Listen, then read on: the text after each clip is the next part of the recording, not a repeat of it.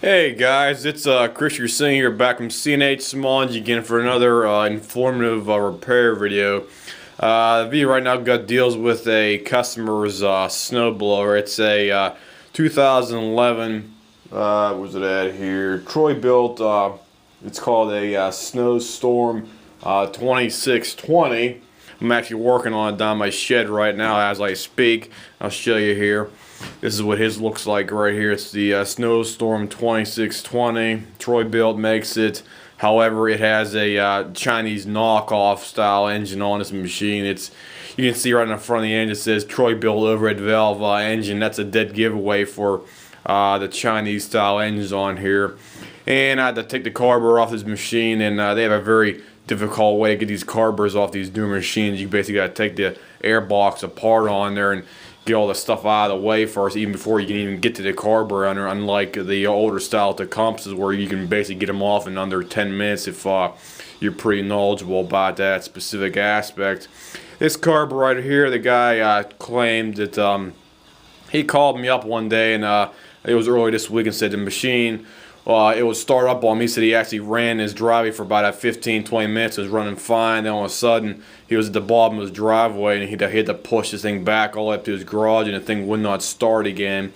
And we checked it out over here, and mainly he had dirty gas in it for one thing. That was the biggest issue. He had water, there was dirt in the gas, and plus the other thing right here, I'll show you here, his needle sitting on the seat on here is not moving whatsoever. Looks like it bound up or something in here, and it is not moving whatsoever in there. It's basically stuck in one position and not coming out on here. Let me see if I can pop this thing out here with my one finger while I'm holding the camera on the other side. But the needle is not moving whatsoever in here. It has a spring mechanism on here. It should pop it up and down, and it simply is not doing that at all on there. So you can get a better picture right here. There we go, you can see right there.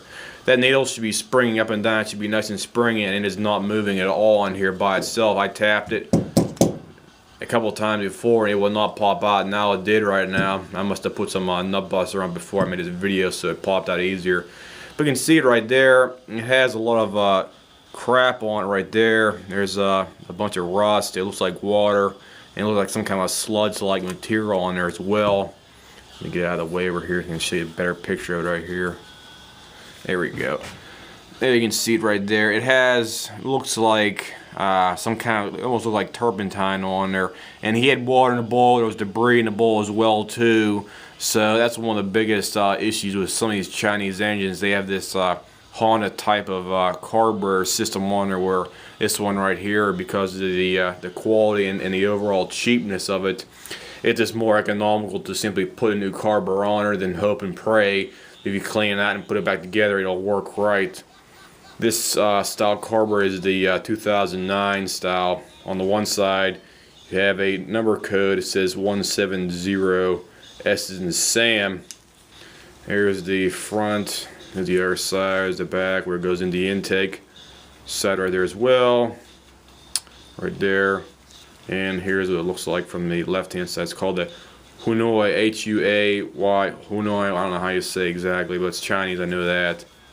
And that's what it looks like. You can see down inside where the bowl gasket goes. It has a lot of corrosion in there too from the bowl gasket separating. So he had water in here and debris, and there's some debris down the bottom of the carb bowl, I think right down the bottom right there too. So that's basically one of the issues with these Chinese engines. The carburetor overall quality is not there, as opposed to the Honda and the Briggs & Stratton and the Tecumseh style machines out there. So you have a machine, or if you have an older machine and you're thinking about replacing with a newer machine, I recommend looking on the machine before you purchase it to make sure what type of engine you're actually buying. And please do not buy the knockoff Chinese engines, because they will not last as long as the well-known Briggs & Stratton, Tecumseh, or the Honda style commercial engines. If anybody has any questions, just simply leave me a message here,